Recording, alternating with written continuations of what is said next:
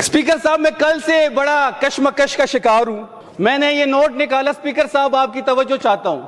मैं कल से बड़े कशमकश का शिकार हूं। मैंने 100 रुपए का नोट निकाला, मैंने फिर 500 का निकाला, फिर 1000 का निकाला, फिर 5000 का निकाला। इस पे एक इबारत होती थी, वो इबारत मुझे मिल नहीं रही। वो इबारत इन्होंने मिटा दी है। अब मैंने गूगल पे सर्च किया, गूगल भी कंफ्यूज है। मैंने जिंदगी में पहली दफा गूगल को भी कंफ्यूज देखा। मैंने गूगल से पूछा कि जी ये इबारत कब मिटाई गई है। अब गूगल कह रही है कि ये 2025 में मिटाई गई है। वो जो इबारत थी कि रिस्क हसूल ऐन इबादत है, वो इबारत इस नोट पे 2025 से गायब है। तो मेरे समझ में ये बात आई जनाब स्पीकर कि ये जो इबारत होती है जब ये करप्शन करते हैं, 5300 अरब की एक करप्शन है, 17 पंजाब में सिर्फ फैसलाबाद में 1 अरब की करप्शन हुई है, सिर्फ एक शहर का ऑडिट हुआ है। जब ये पूरा पंजाब का ऑडिट होगा तो ये करबों की कहानी है। और करबों से याद आया कि एक सहाफी ने स्टोरी की है कि महफिल में कोई और फ्लैट खरीदा गया है, और जो फ्लैट खरीदा गया है वो किसी खातून वजीर के साथ उसको लिंक किया जा रहा है। और जब मैंने नोटों को, स्पीकर साहब, मैंने नोट को देखा तो वो इबारत इस पे नहीं थी। मैंने कहा इंसान है, इंसान के अंदर ज़मीर होता है। वो भी जब आप करप्शन करते हैं और नोट को देखते हैं और वो इबारत इस पे लिखी होती है तो ज़मीर मुलामत करता है, बंदे को थोड़ा एहसास होता है कि जी मैं क्या कर बैठा। तो उस एहसास से बचने के लिए उन्होंने नोट से ये चीज हटा दी है। सायरा बानो साहिबा ने बड़ी अच्छी बात कही स्पीकर साहब कल कि नवाज शरीफ की तस्वीर आप लगा दें, क्योंकि आप जब जेब से नोट निकालेंगे उस पे नवाज शरीफ की तस्वीर होगी तो वो कहेगा मुझे क्यों निकाला। आप दोबारा जेब में डालेंगे तो बचत होगी। तो अब हर पाकिस्तानी को पता है कि आपको इसलिए निकाला गया था कि आपने चोरी की थी। हर पाकिस्तानी को पता है कि आप सादिक और अमीन नहीं थी, इसलिए आपको निकाला गया था। लेकिन उस बेचारे को पता नहीं लग रहा। जीबी में इलेक्शन में गया, कभी कभी निकलता है खुद को गर्मी लगाने के लिए और प्रेस कॉन्फ्रेंस करता है, तकरीर करता है, इमरान खान से शुरू होता है, इमरान खान पे खत्म करता है। अब जीबी के इलेक्शन में भी कह रहा है कि मुझे क्यों निकाला। और भाई 2026 में हम पहुंच गए हैं। 2016 की टेप रिकॉर्ड आप बंद कर दें। आपको इसलिए निकाला गया था कि आप चोर थे। आपको इसलिए निकाला गया कि आप सादिक और अमीन नहीं थे।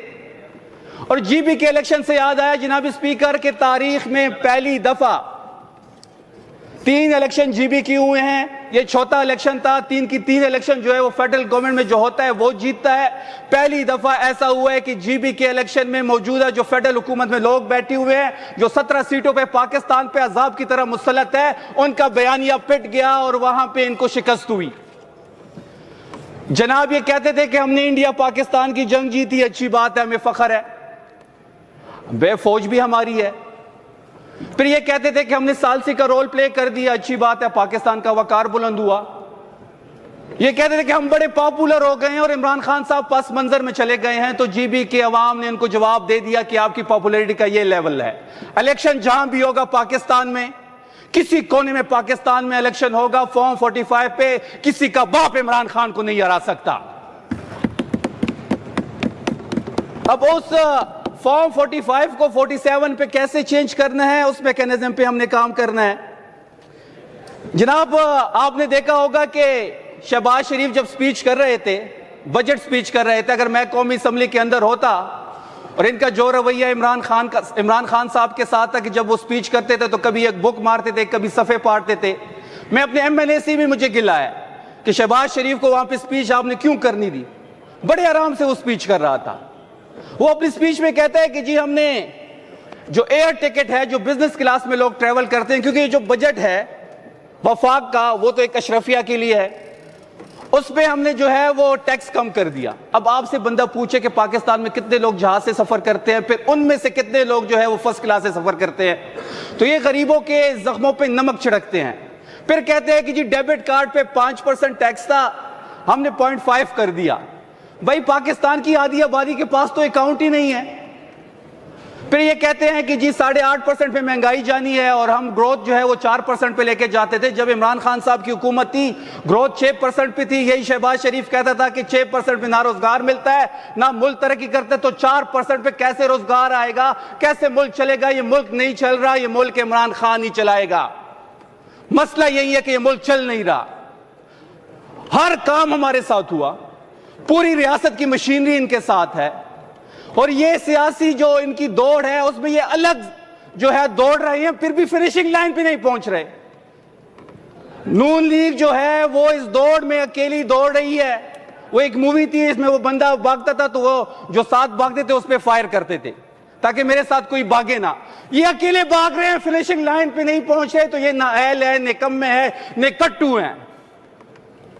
اور ریاست کو بھی پتہ لگ گیا ہے کہ ہم یہ کیا کر بیٹھے ہیں. اب ملک جو ہے عمران خان کے بغیر چل نہیں سکتا. عمران خان صاحب کے بغیر پاکستان اور عمران خان صاحب جو ہے وہ لازم والملزوم ہے. اب میں تھوڑی بات مریم نواز کی کروں گا, سبدی ماں, کیونکہ وہ خود ہی پنجاب کے لوگ کہتے ہیں کہ سبدی ماں. اب سبدی ماں جو ہے وہ سوتیلی ماں کے سلوک پہ آ گئی ہیں. اگر آپ پنجاب کا بجٹ اٹھائیں, میں چیلنج کرتا ہوں جناب اسپیکر آن دا فلور, کہ فی کس کے لیے ایجوکیشن کے پیسے ہم نے زیادہ رکھے ہیں, ہیلتھ میں ہمارے پیسے فی کس پہ اگر آپ ڈیوائیڈ کریں تو سب سے زیادہ ہیں. اگر آپ پولیس ڈپارٹمنٹ کی بات کریں, امن و امان کی بات کریں, تو سب سے زیادہ پیسے ہم نے رکھے ہیں. میں چیلنج کر رہا ہوں پیپلز پارٹی کو بھی, نون کو بھی, سندھ کی گورنمنٹ کو بھی, بلوچستان کو بھی, کیا یہ مناظرہ کرتے ہیں؟ ہم اپنا بجٹ آپ کے سامنے رکھتے ہیں, آپ اپنا بجٹ لے کے آئیں, اور مزمل صاحب جو ہیں وہ خیبر پختونخوا کو ریپریزنٹ کریں گے. ہم یہ ثابت کریں گے کہ جو بجٹ اس بار ہم نے دیا ہے وہ پورے پاکستان میں تمام صوبوں سے, تمام فیڈرل گورنمنٹ سے بہترین بجٹ ہے. جناب میڈم اسپیکر, آپ کو سیٹ پہ خوش آمدید کہتا ہوں. ایک وزیر خزانہ ہے پنجاب کا, اب وہ جب بجٹ پیش کر رہا تھا اور میں وہ ٹی وی سکرین پہ دیکھ رہا تھا, میں بڑا حیران تھا. اب وہ بجٹ پیش کرنے آیا تھا یا کسی کی فیملی کی برانڈنگ کرنے آیا تھا؟ اچھا, اس وزیر خزانہ کو آپ نہ کسی اجلاس میں دیکھیں گے, نہ کہیں آپ جو ہمارے چاروں صوبوں کے اجلاس ہوتے ہیں اس میں کہیں اس کو دیکھیں گے, نہ اس وزیر خزانہ کو آپ کہیں وزیر جو اس کی جو محکمہ ہے اس کے بارے میں کہیں ٹاک شو میں, کہیں میڈیا ٹاک میں دیکھیں گے. وہ صرف اور صرف خود کو گرمی لگانے کے لیے بجٹ پیش کرنے آتا ہے. وہ جب بجٹ پیش کرتا تھا اور جہاں شریف آتا تھا وہ مزید زور لگاتا تھا. 7 پروجیکٹ ڈائریکٹلی شریف فیملی کے نام پہ ہے, 8 پروجیکٹ جو ہے وہ انڈائریکٹلی شریف فیملی کے نام پہ ہے. جو پنجاب کا بجٹ ہے, جو پنجاب کی عوام کا پیسہ ہے, ٹیکس کا پیسہ ہے, اس پہ ایک فیملی اپنی برانڈنگ کیسے کر سکتی ہے؟ مریم نواز نے واش روم میں اپنی تصویر لگائی ہے, سب اس کے گواہ ہوں گے.